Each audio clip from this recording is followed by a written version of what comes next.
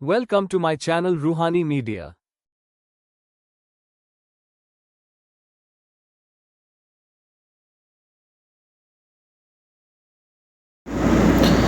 अस्सलामुअलैकुम वरहमतुल्लाहि वबरकातुहू। दोस्तों, मैं रहता हूँ मदीना में। मैं इंडिया से हूँ। मदीना में आए हुए 1 साल हो गए। यहाँ पे काम कर रहा हूँ अच्छे से। आप लोग अगर सऊदी अरब आना चाहते हैं तो आ सकते हैं। अच्छे खासा सैलरी मिलते हैं। जो लोग सऊदी अरब मदीना मक्का में काम करना चाहते हैं वो अभी आ सकते हैं। अच्छा काम मिल रहा है, अच्छा सैलरी मिलते हैं। काम देख के आना चाहिए। इंडिया से सऊदी में आने के लिए आपको पहले इंडिया का कोई ट्रैवल एजेंसी उनके पास जाना होगा, मेडिकल करना होगा। मेडिकल करने के बाद आपको वीज़ा देखना पड़ेगा। वीज़ा आपको कौन से काम पे आना चाहते हैं वो काम चूज़ करके उस काम का वीज़ा आपको देख के आना पड़ेगा। वीज़ा प्रोसेसिंग करके आपको आके यहाँ पे काम करना है। आप अच्छे से रहोगे तो अल्हम्दुलिल्लाह यहाँ पे अच्छा काम मिलेगा। मैं 1 साल से रह रहा हूँ। मैं जो भी देख रहा हूँ अच्छा, यहाँ पे सब कुछ अच्छा है, कोई दिक्कत नहीं, कोई परेशानी नहीं। अल्हम्दुलिल्लाह सब कुछ ठीक ठाक चल रहा है। आप भी आ सकते हो। यहाँ पे आने के बाद पहले काम देख के आना चाहिए। अगर आप गाड़ी चलाने के लिए आ रहा हो, मैं गाड़ी चलाता हूँ, ड्राइविंग करता हूँ, तो मैं गाड़ी के वीज़ा में, ड्राइविंग वीज़ा में आया हूँ, मैं गाड़ी चला रहा हूँ, कोई दिक्कत नहीं है। आप अगर गाड़ी चलाना कोई कंपनी में आपको वीज़ा मिल जाए, कंपनी, रेस्टोरेंट, इस तरह का काम मिल जाए तो उस काम पे आना चाहिए। तो अच्छा काम देख के उसके बाद सैलरी बात करके, पहले बात सब कुछ बात करके क्लियर करके आना चाहिए। यहाँ पे पहले क्लियर नहीं करेंगे तो यहाँ पे आके पछताना पड़ता है।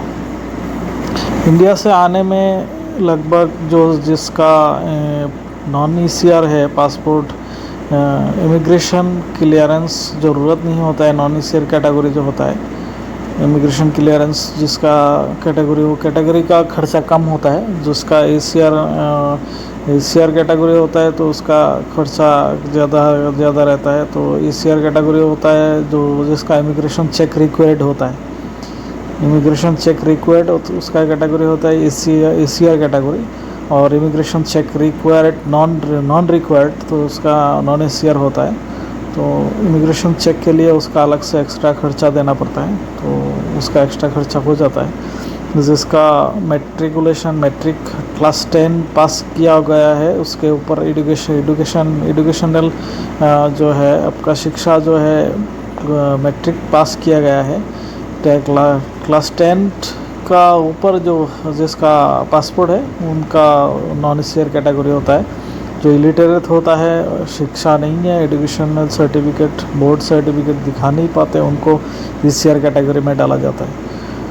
जो भी है, इसमें सऊदी आने के लिए कम से कम ईसीआर कैटेगरी जो होता है, ईसीआर इमिग्रेशन चेक रिक्वायर्ड जिसका होता है, उनको 1 लाख से 1,50,000 तक खर्चा होता है। और जो नॉन ईसीआर कैटेगरी होता है उनका खर्चा कम होता है। मेडिकल के, वीज़ा की और टिकट की, वीज़ा प्रोसेसिंग की हाल, और होटल में रहना खाना अगर रह के खाने हुए तो 70-80 हज़ार रुपये में हो जाता है। जो नॉन ईसीआर कैटेगरी होता है, ईसीआर कैटेगरी हो उसका थोड़ा खर्चा ज़्यादा होता है, क्योंकि उनका काम भी थोड़ा टाइम भी लगता है उसके लिए, तो उसका खर्चा भी ज़्यादा होता है। तो सऊदी अगर आना चाहते हैं तो आ सकते हैं। मतलब 1 साल में अपना पैसा जो खर्चा लगा के आते हैं तो वो 1 साल में निकल जाता है पैसा।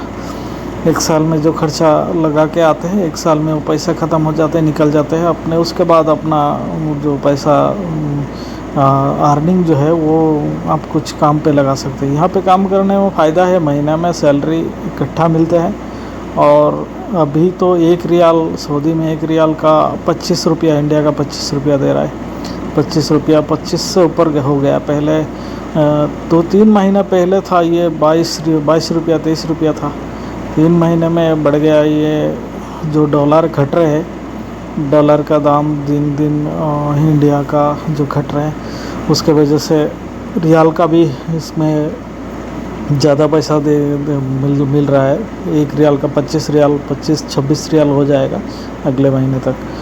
तो ये बढ़ जा रहा है धीरे धीरे। तो इसके लिए इंडिया का अगर 1000 रियाल सैलरी होता है तो 25,000 हो जाएगा सैलरी। 25,000 1000 रियाल में 1500 में इंडिया का लोग ज़्यादातर 1500 सैलरी होता है। ज़्यादातर नया लोग जो है उनका 1500 सैलरी होता है। जो पुराना पहले काम करके गया है उनका 1800-2000 हो जाता है। तो 1800-2000 में यहाँ पे अच्छा से काम मिल जाता है और यहाँ पे रह के आप काम कर सकते हैं। और जो 2000 है उनका सैलरी, जिसका 2000 रियाल होता है, उनका इंडिया का सैलरी 50,000 हो जाएगा।